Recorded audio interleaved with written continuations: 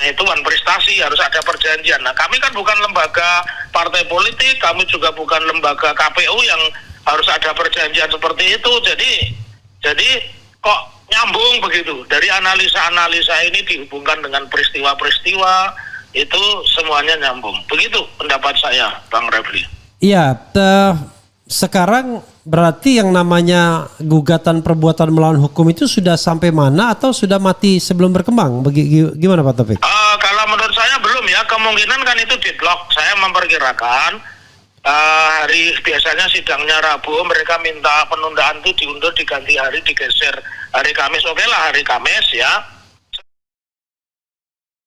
Iya, bahwa ini ada upaya-upaya yang dalam tanda petik itu tidak fair begitu. Kenapa kita masih bersengketa? Tiba-tiba ijazah itu yang dipertanyakan dan dijawab oleh kuasa hukum mereka, Pak JB Irfan, bahwa tegas mengatakan keberatan karena ijazah bukan satu-satunya bukti seseorang pernah bersekolah. Nah, tiba-tiba ijazah itu dibawa ke Polda Metro oleh adik iparnya, sementara Pak Jokowi mengkonfirmasi tegas tanggal 30 April dia sudah bawa. Nah, ini kan kebohongan yang bertubi-tubi, maka menjadi sebuah keanehan bagi kami. Ini sudah sesuatu yang sudah disetting begitu menurut saya, karena Direktur Tindak Pidana Umum Mabes Polri Brigjen Polisi Juhandani yang biar Sobat Era tahu itu teman seangkatan Pak Kapolri angkatan 91 itu mengatakan sudah berada di Surakarta dan Jogja, di dua provinsi Jawa Tengah dan Jogja itu selama 1 bulan. Nah, ini kan makin mengkonfirmasi, jangan-jangan semua dialektika itu berurusan juga dengan kehadiran Mabes Polri yang di Solo tidak mungkin menunjukkan ijazah, dan itu satu penghinaan. Tapi di sisi lain malah mereka membawanya ke Polda. Itu sebuah keanehan. Dan kalau kita melihat rekam jejak Brigjen Polisi Juhandani itu tanggal 10 Februari 2025 dalam catatan saya pernah dilaporkan oleh pengacara bernama Poltak Silitonga atas tuduhan ya. Tuduhannya adalah dugaan menggelapkan surat-surat berharga. Jadi surat-surat yang dilaporkan perkaranya nggak naik, tapi PP-nya tidak dikembalikan. Lalu menjawab pertanyaan yang paling bontot dari Bang Refli tadi mengatakan bagaimana tentang ijazah. Ijazah itu kalau itu dugaan praktek kejahatan ada 2 skenarionya ya. Satu, karena didapat dari penggeledahan, itu tentu muncul berita acara penggeledahan atau penyitaan. Kalau itu kemudian dilanjutkan dengan penetapan ketua pengadilan Surakarta misalnya. Tetapi ini kan tidak, ini kan malah dengan sukarela diserahkan, berarti harus ada berita acara penyerahan, bukan penyitaan, karena diserahkan, yang benar bahasanya berita acara penyerahan barang bukti berupa berapa lembar ijazah SD, SMP, SMA, dan perguruan tinggi. Jadi saya klarifikasi Pak Taufik, saya dengar Pak Yakub Hasibun mengatakan yang diserahkan itu cuma ijazah SMA dan S1-nya saja yang diminta. Oh begitu, ya. Oke lah. Berarti antara yang disampaikan Pak Jokowi di tanggal 30 April dengan adiknya berbeda. Tetapi sama-sama menyerahkan. Itu punya dokumentasi semua itu ya. Oke. Bisa dicek. Enggak gini. Yang saya tahu di bawah SD, SMP, SMA, kuliah S1. Tapi yang diminta cuma SMA sama S1 aja. Oke. Ya, cuma begini maksud saya itu Bang Refli, tanggal 30 kan sudah bawa Pak Jokowi itu di depan media yang terus kenapa tanggal 8 bawa lagi? Berarti ijazahnya banyak dong. Tanggal 9. Ya, oke, tanggal 9. Berarti maka pertanyaan saya yang dibawa tanggal 30 itu apa? Apakah fotokopi yang bisa ditekuk?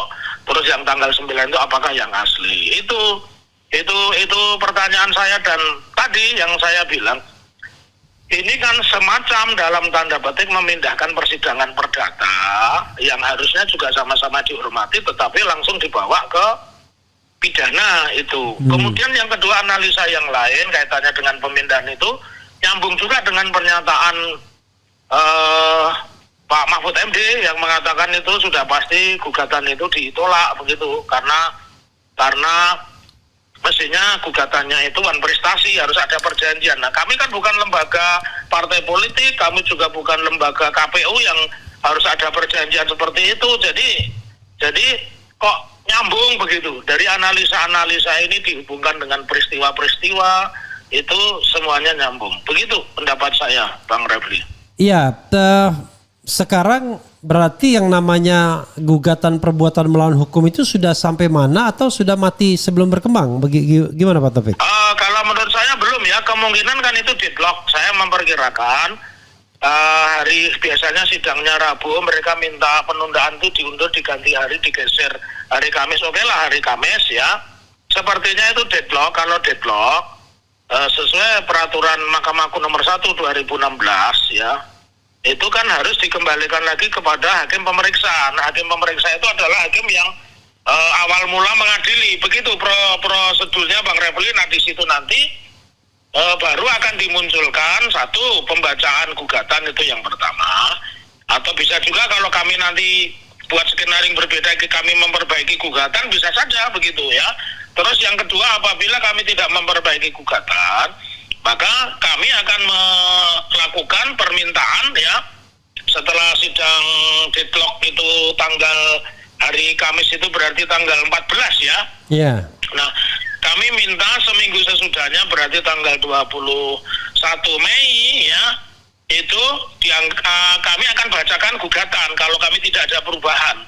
Ya, jadi kami tidak ingin gugatan itu dianggap dibacakan, masyarakat biar tahu ya. Okay. Biar masyarakat tahu kalau kan nanti deadlock, kami akan membacakan gugatan berapa lembar pun, itu sekitar 32 lembar dan sebagainya. Dan satu hal yang harus diketahui masyarakat, kami ingin mendidik dan menyampaikan pendidikan hukum ini secara cerdas, smart, lewat pengadilan.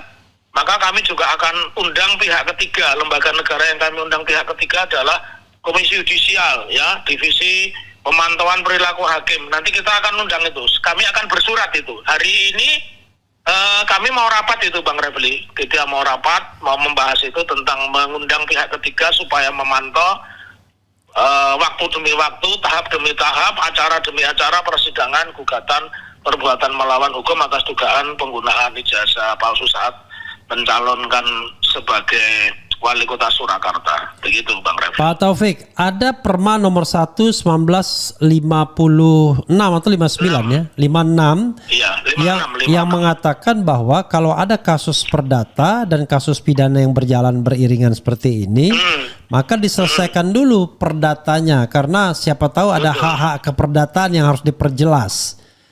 Tapi yang terkesan adalah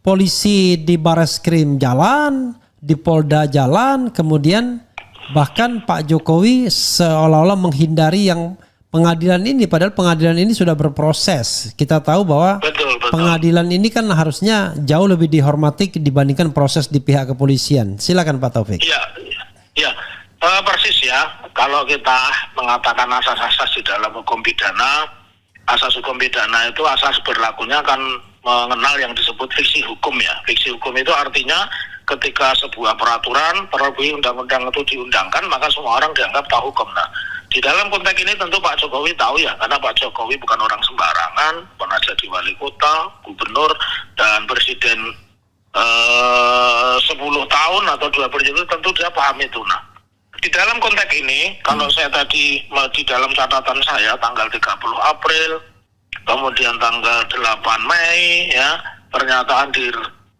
Dirtipidum Mabes Polri Brigjen Polisi Juhandani ini mengesankan bahwa Pak Jokowi itu makin mengkonfirmasi kalau beliau masih punya kendali kepada kepolisian begitu ya, masih punya kendali kepada kepolisian. Terbukti kepolisian yang nyata-nyata sidangnya baru tanggal 30, tapi ternyata sudah ada sebulan.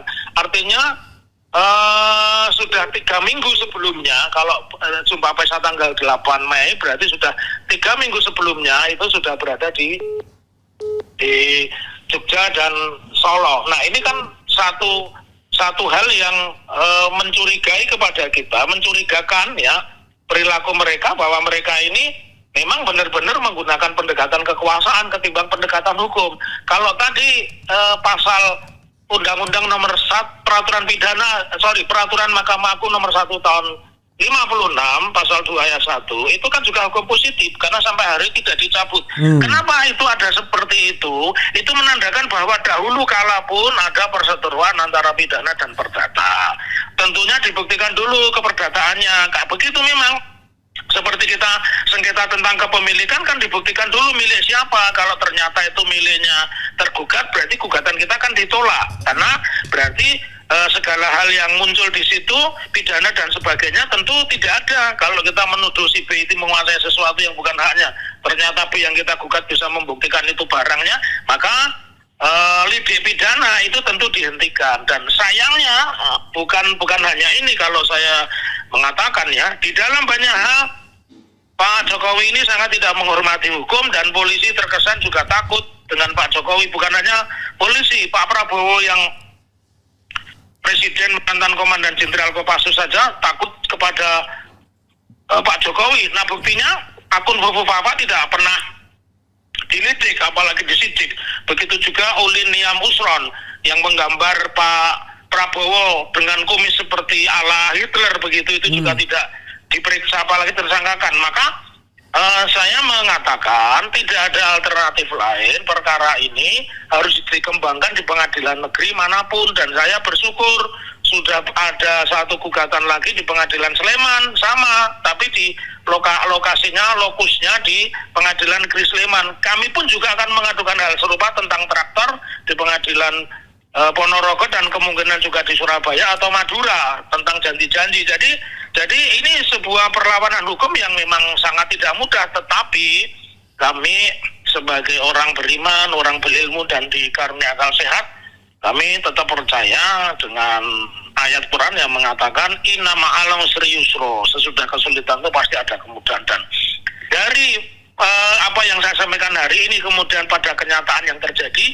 Pak Jokowi tiba-tiba juga menutup tempat prakteknya. Museum Jokowi di Solo itu ditutup itu. Jadi destinasi wisata itu sekarang sudah kalah dengan destinasi wisata baru namanya Pengadilan Surakarta. Masyarakat pun antusias itu. Jadi disitulah meskipun sudah ada skenario untuk mengecilkan, terbukti Pak Jokowi tidak pernah datang, tetapi justru beberapa kali ke Jakarta, pernah menghadiri pemakaman Paus Paulus ya dan sebagainya, dan juga pernah menemui penyanyi Paus Fransiskus. Paus Fransiskus, ya. Itu Bang Refli, ya. Dan saya juga punya strategi, jangan salahkan kalau nanti kami tidak selalu hadir di dalam persidangan. Kami akan bahasa Jawanya ngangsu kawruh kepada Pak Jokowi, ya kan? Kalau dia tidak pernah datang, nanti masyarakat juga jangan mencari-cari saya. Saya juga akan seperti Pak Jokowi tidak datang. Mungkin saya lagi nguji mahasiswa S2. Mungkin saya lagi bimbingan disertasi kepada mahasiswa saya. Saya kan dosen tetap yang punya kewajiban. Begitu, Bang Rafli. Jadi jangan kaget kalau di tiap persidangan belum tentu saya akan hadir begitu.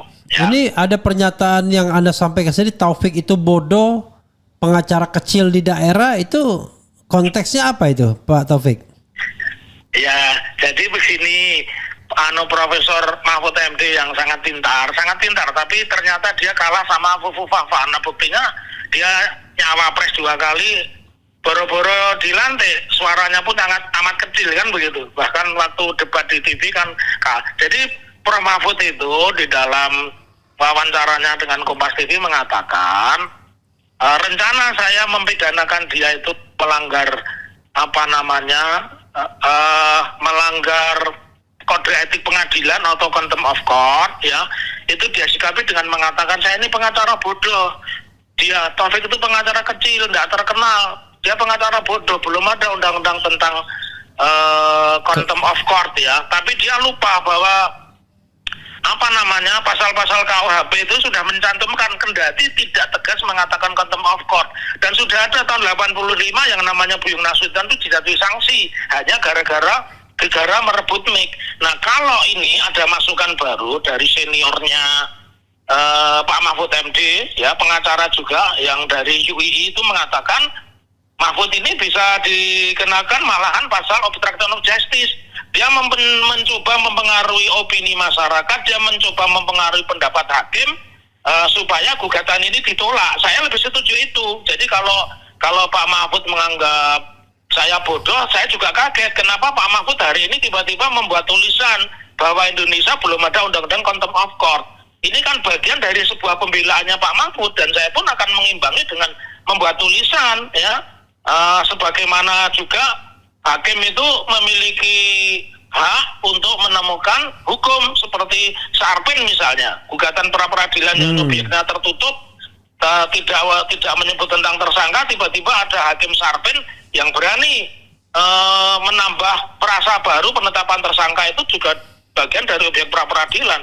Rasanya begitu. Jadi saya lebih tepat melapor. Sebenarnya saya rencananya nggak ingin membuat pelaporan atau pengaduan, tetapi ketika Pak Mahfud membuat tulisan dan Pak Mahfud mengatakan saya pengacara bodoh, pengacara kecil dan sebagainya, ya saya terima kasih ya Pak. Artinya Pak Mahfud termasuk bingung juga kenapa mesti membuat pembelaan.